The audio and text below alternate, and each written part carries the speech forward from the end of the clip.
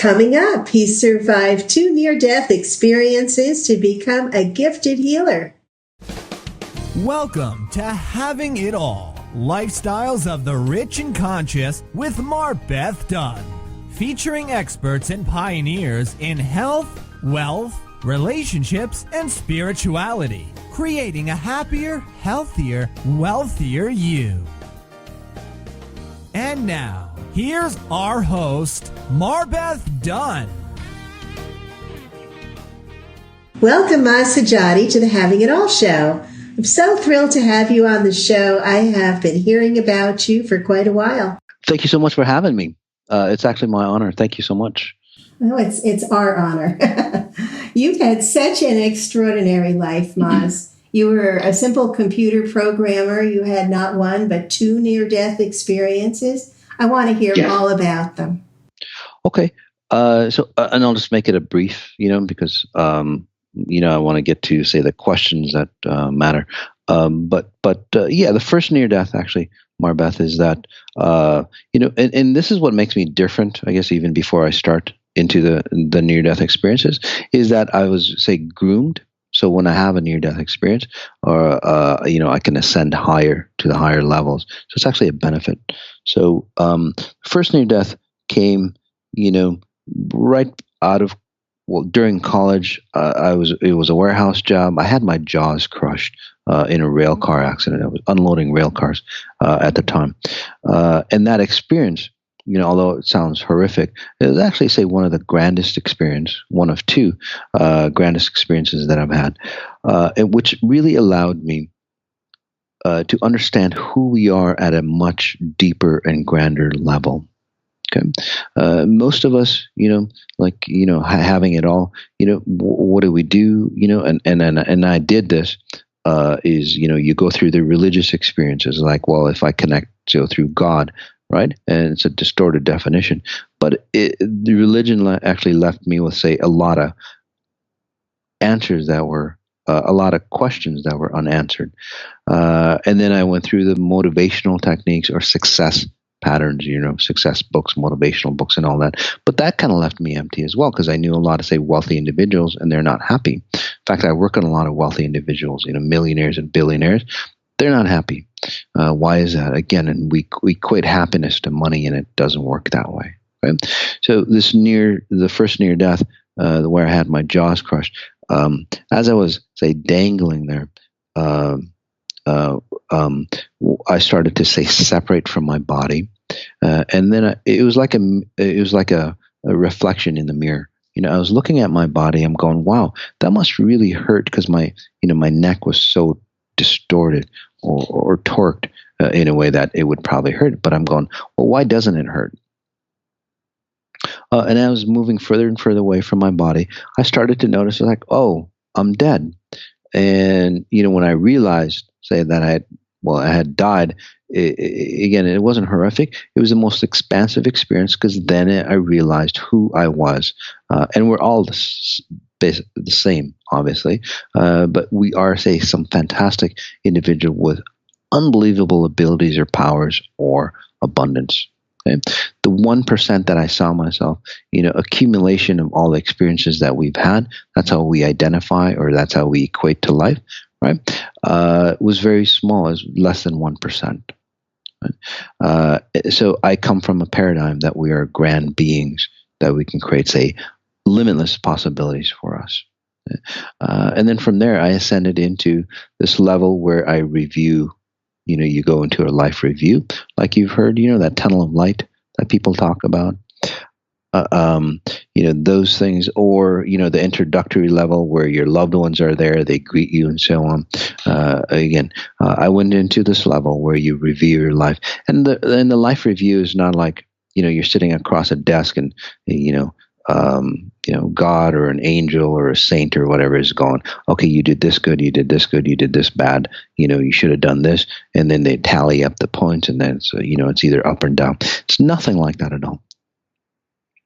It's really about reviewing your life or reliving your life. It's not a life review. You actually say relive your life in the way it should have been, to clear up all the mistakes. Okay? So which means that anything that's happened to you, the should-haves, the could-haves, and why didn't this happen, all those get rectified into understanding that whatever happened to you was in complete loving grace and space. Right? So basically, you didn't make any mistakes where you are. It doesn't mean that it doesn't mean that you have to live in this reality, but again, you can grow from it and expand. I love it. That's great. So, and then after that happened, I got pushed back into my body, and then that's where the pain came in. And then I found myself with my jaws wired shut in a hospital. So, but after that, it was really brilliant, right? Because when you're in, say, that spiritual space, you come back into your body. No matter what situation you're in, it's brilliant. So, and I saw life the way it was, the way it should be. Again, complete vibrancy, complete abundance. Everything was fantastic. So, and I got gifts like, future knowing, future knowledge, so on. I could tell what's going to happen to people. Those kind of realities. So beautiful. And then, but you had another one. Yes. So fast forward to about 2006, 2007. It was a drowning accident. It was an inner tube I had my family with, and in this situation, we were all supposed to be grouped together. We were in Belize, and the guide says, well, don't pull your feet apart or don't pull away, because you'll get sucked into other tributaries that might go into, say, underground waterfalls and caves and so on. Well, that's exactly what happened to me. For some reason, I had to unlock my legs, and as soon as I did, I got pulled away from the group, and I got sucked into, say, this tunnel, basically a lava tube. I got sucked into the tunnel, and again, I was trying to crawl out, so at the time I didn't know it, but when I came back out, my fingernails were bloody, my back was bloody because I was trying to hold on, so I wouldn't get sucked in deeper. But then I submitted my will. I let go. And then I ascended again. I separated from my body, and I separated again from my body, and then I ascended into the higher realms. This time, and this is why I'm so different than most people who've had near death, is that I transcended the tunnel of light. I transcended way beyond that. Again, hardly anybody comes back down once they transcend. But in this scenario, I did. And at that level, I was, say, complete bliss, I was complete. I didn't need security. I obviously didn't need money. I didn't need loved ones or anything like that, because I was all that anybody could imagine and more. There was no time and space at that level. So everything was grand, everything was beautiful, and everything was, say, forever. And then I transcended even higher than that, where I lost all identity of being in human form, because spirit doesn't have, say, human form. It just is. So I transcended or expanded into a universal space or a universal being. At that level, you have access to all that ever is or ever was, is, and will be. And that's how I live today. I've actually, say, brought that connection down into physical form. And that's how I help transform people's lives, no matter what it is: health, wealth, physical issues, relationships, spiritual connection. I help them transform, say, the fastest way possible, their lives. That's so beautiful, because you've been able to hold on to that experience and manifest it here in the physical form. Yes, exactly. Not just for myself, but again, for other people. So how did you start becoming a healer at that point? I didn't even know what healing meant, again, because I'm a computer programmer by trade. But after, say, a few months after this near death, I started getting pulled into meditation. Now, I've always tried to meditate, but it was never really successful. But these were the stand-up meditations that I, teach people how to do now. And I was drawn into it, and I would get into these realities, and I would think that I'd spent, like, say, 5 minutes, in physical form doing this, but then I'd look at my watch and it'd be like 3-4 hours later, I was still in this stand-up form. And that's where I got, say, downloaded. That's where I got downloaded with a lot of knowledge, information, the whys of life, why things happen, and then how to, say, rectify. And in one of these meditations, where I was, say, dying several hundreds of different ways, I go, why am I going through all this pain? I was like, what is this for? And then this voice came to me and said, it's because so you can become a great healer. And that's when I knew, my life trajectory was helping people or transforming people to their highest level. So that was the first time. And the way I got into it is that my wife, she used to get, say, these headaches, these migraine headaches. She got this headache, and I said, well, let me work on you. And I didn't even know where that came from. It was so automatic. So I put my hands around her head, and even before I wrapped my hands around her head, her headache disappeared. So I didn't think anything of it. I go, oh, because I'm a logical guy. I go, oh, what I mean? Probably the medication kicked in or whatever. I didn't believe it. She didn't believe it. So the next time I was actually waiting for her to get a headache. I was like, did you get a headache? And finally she got a headache. And then, and it's like, well, I got excited, and then I put my hands around her, and it happened again. So I go, wow, what's going on here? So I started doing research. There was some things close to it, but not near, the abilities that, I had fostered. So I started working on her, then my kids, then my family, then, friends, and then friends of friends, and so on. And now, it's turned into, well, more than, say, a business, full-time business, obviously, for the past, 5 years or so, 6 years. Amazing. It's really such an amazing story. Thank you. We'll be back to our show in just a moment. Would you agree that the current state of the world is angry, chaotic, turbulent, and possibly insane? And that's not even mentioning everyone's personal issues. We all need miracles, and now is the time. I'm MarBeth Dunn, the Miracle Mama. Imagine a river of miracles flowing into your life, bringing harmonious relationships, better health, prosperity, clarity, peace of mind, and a deep sense of joy. What if you could know all your needs are being met and feel calm and peaceful even in the midst of turbulent change? Get your free guide now, 7 easy ways to harness the power of miracles at miracles101.com. That's miracles101.com, and live your miraculous life. Yeah. So tell me about some of the more fascinating cases that you've worked on. Gosh, there's so many, and these aren't, say, extreme cases. These are, say, normal happenstances. I mean, we get tons of emails every day, testimonials on how people's lives is transformed. Again, in any reality, there's people that have gone from, say, making or scraping by to, say, hundreds of thousands in a few short months. So their business, say, expands or whatever it is. So those type of realities. There's people that in seminars, they come in with, say, a walker, right? Takes them half an hour, 20 minutes, whatever, to get to their chair. By the end of the seminar, they're actually walking out, holding, carrying their walker.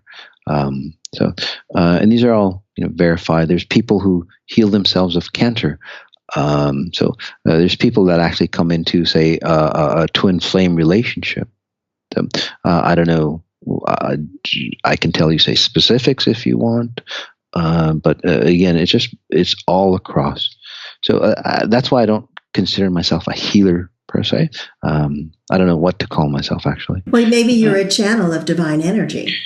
Sure, I could live with that. But more than just a channel, but just living in that space. So actually being part of that divine energy rather than, say, channeling it. So that's where you really want to be. And I feel also, I work with energy also, but I feel what's happening with you is because of your experiences. And when you've maintained a very high vibration, and so it entrains everyone who comes into contact with you.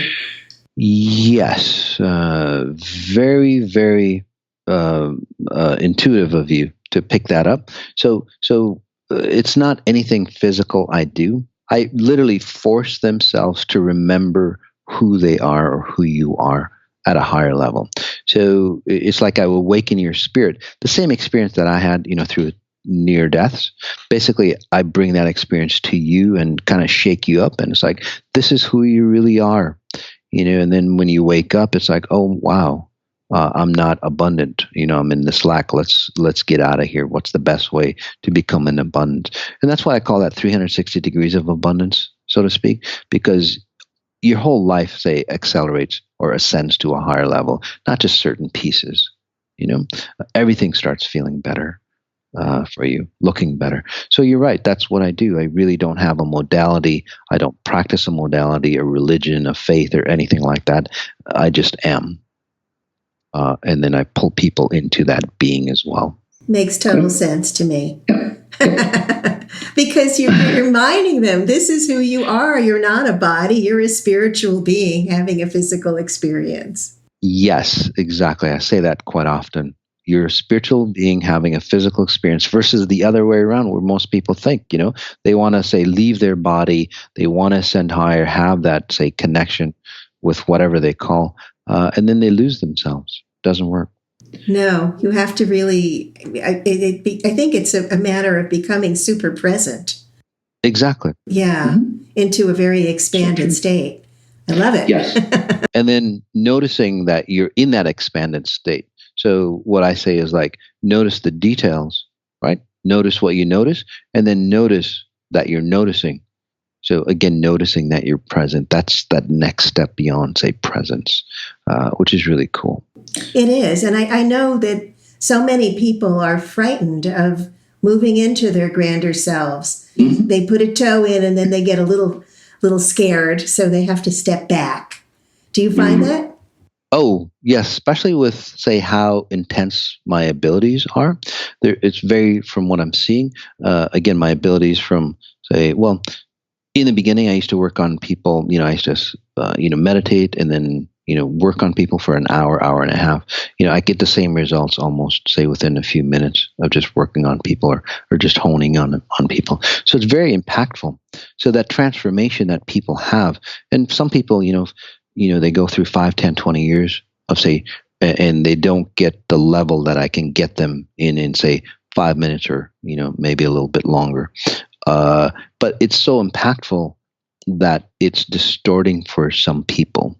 You know what I mean? Because they're still holding on to their old paradigm, and it gets distorting for them. And as they say, heal themselves or awaken themselves. So, although it's beneficial, again, it is, a little mind blowing for some individuals. No, I get that. I'm totally enjoying your energy field. It's beautiful. I'm just sitting here in training to you, and I love it. Yeah, I can sense that you're just, say, really being into your own space and just like, and as a note, MarBeth, just working on you, working on your audience, whether it's recorded or not, it is just so, just kick back and relax and listen. Okay? I would just driving or whatever.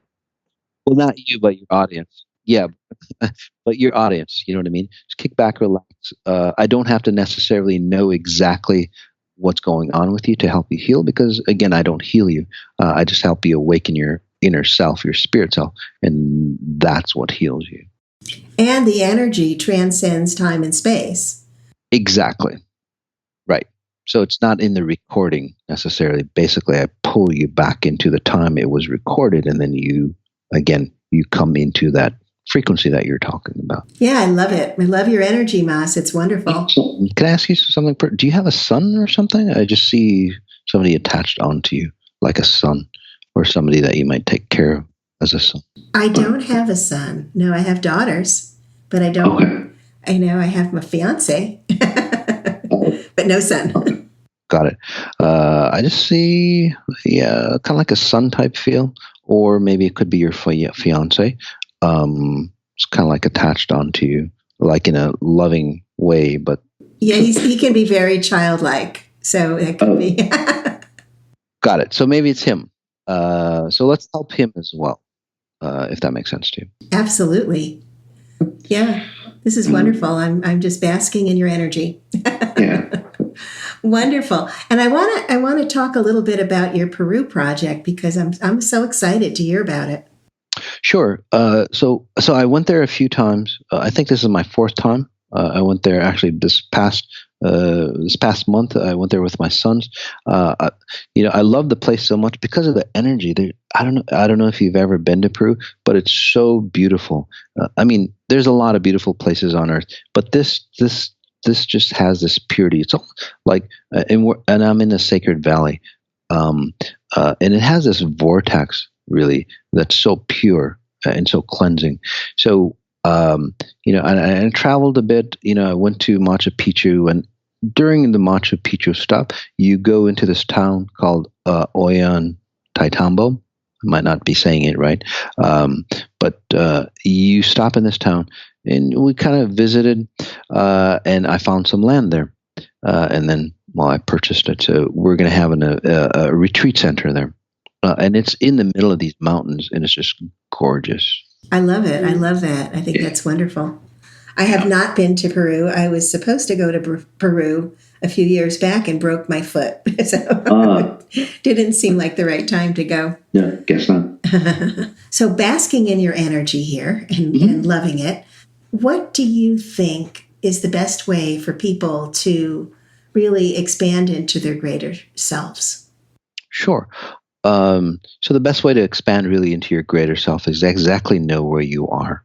Again, like the first near-death experience, where I reviewed my life and I realized that, I didn't make any mistakes. Where we are is where we're supposed to be. It's all an experience of, say, awakening.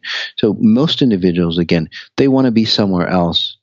Okay, or they think they're somewhere else, or they create a lie or a facade, or move away from their true identity. Right, and then they have a distorted vision of where they are, and then they want to get to where they want to be. Again, it's really hard for you to do that. Kind of like a GPS. You're entering the coordinates of where you are, and it's off, so it can't really tell you or help you how to get to where you want to go. So the first step is really to be aware. Okay? You might not like it. That's not the point of liking it or not, but actually you're being so aware of where you are, you're understanding where you are. You actually start to say like where you are, although it might be distorting. You might not have enough money, you're getting abused, whatever, but because you're so present. Okay. And the way to do this, by the way, is just to be aware of your body as you go through, say, everyday life. Okay? Just be aware of your body and just see it from a third-person perspective. So note what your body's doing in the situation that you're in. It really starts to awaken you, and it starts to invite your spirit. You start to see where you are exactly. Okay? Whether you like it or not, again, that's the side point. And then you get to go, oh, okay, this is where I am. And then you move forward.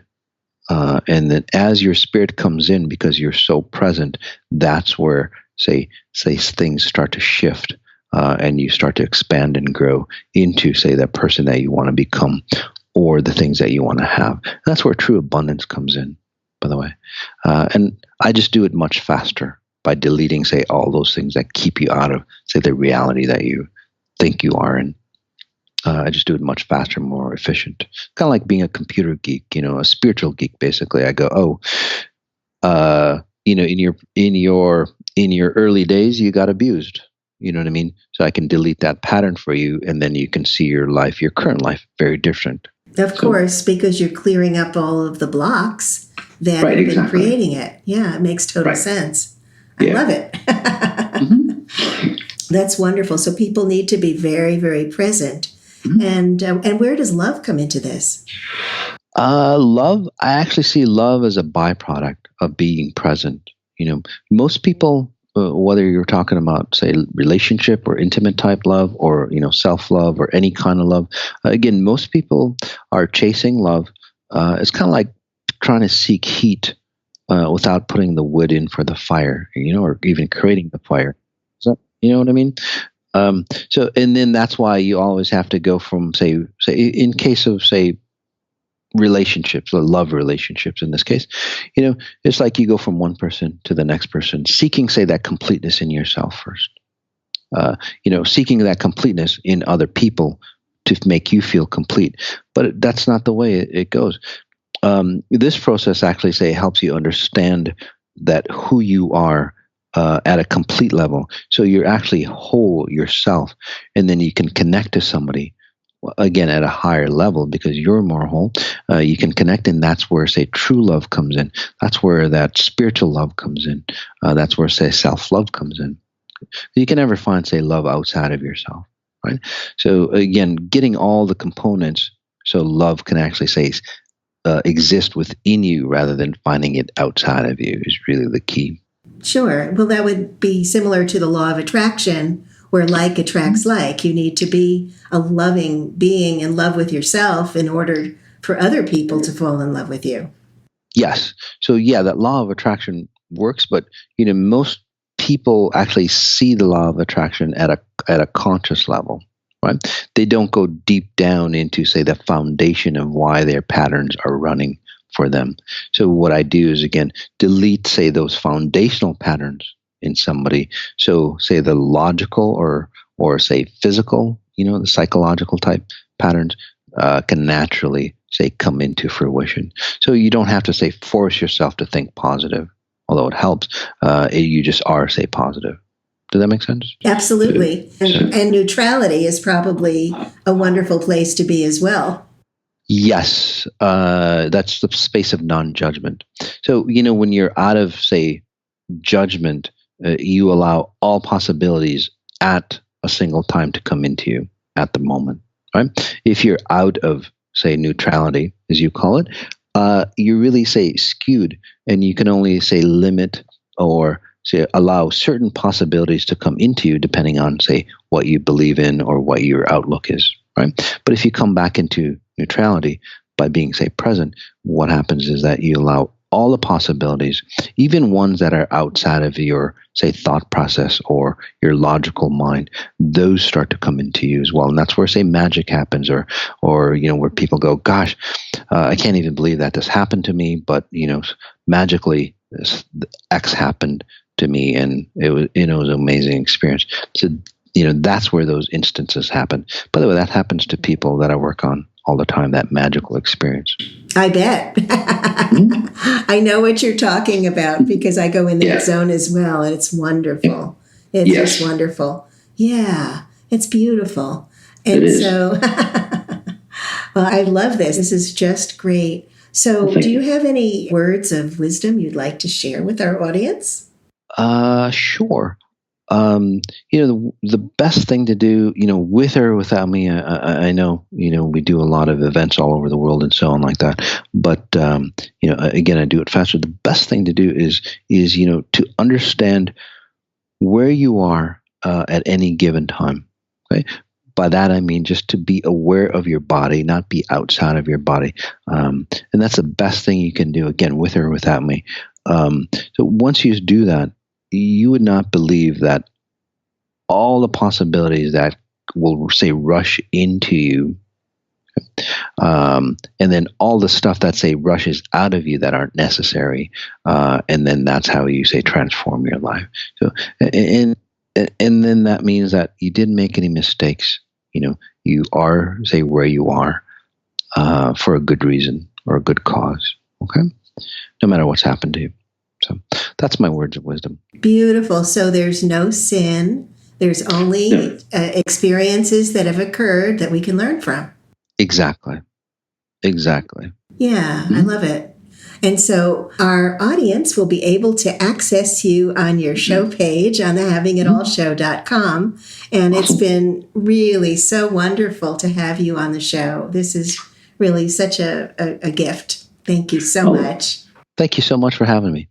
My pleasure. Thank you so much.